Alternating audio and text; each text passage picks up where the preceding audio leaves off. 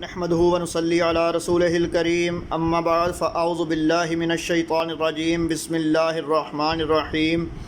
تمام دیکھنے والے میرے دوست حضرات، میرے بہن بھائی جو بھی مجھے دیکھ رہے ہیں، سب کو میری طرف سے السلام علیکم ورحمۃ اللہ وبرکاتہ۔ امید کرتا ہوں سبھی خیر و عافیت سے ہوں گے۔ آج میں آپ کو بتاؤں گا کہ روز قیامت کس کی بخشش ہوگی اور حضور کی شفاعت کا کون مستحق ہوگا۔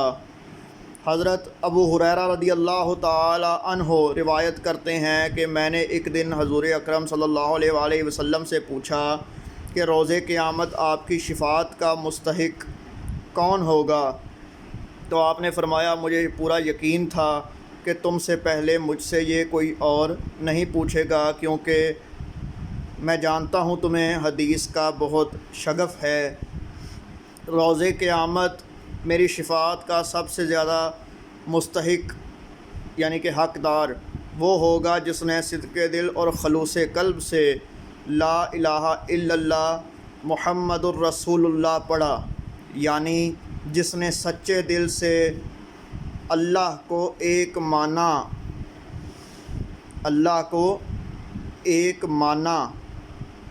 اور اس بات پر یقین رکھا اور بھروسہ اور ایمان لایا کہ محمد الرسول اللہ، محمد مصطفیٰ صلی اللہ علیہ وآلہ وسلم اللہ کے رسول ہیں۔ تو جس نے صدق دل سے اس چیز کا اقرار کر لیا، حضور نے فرمایا وہ روز قیامت میری شفاعت کا سب سے زیادہ مستحق ہوگا، حقدار ہوگا۔ وما علینا الا البلاغ المبین۔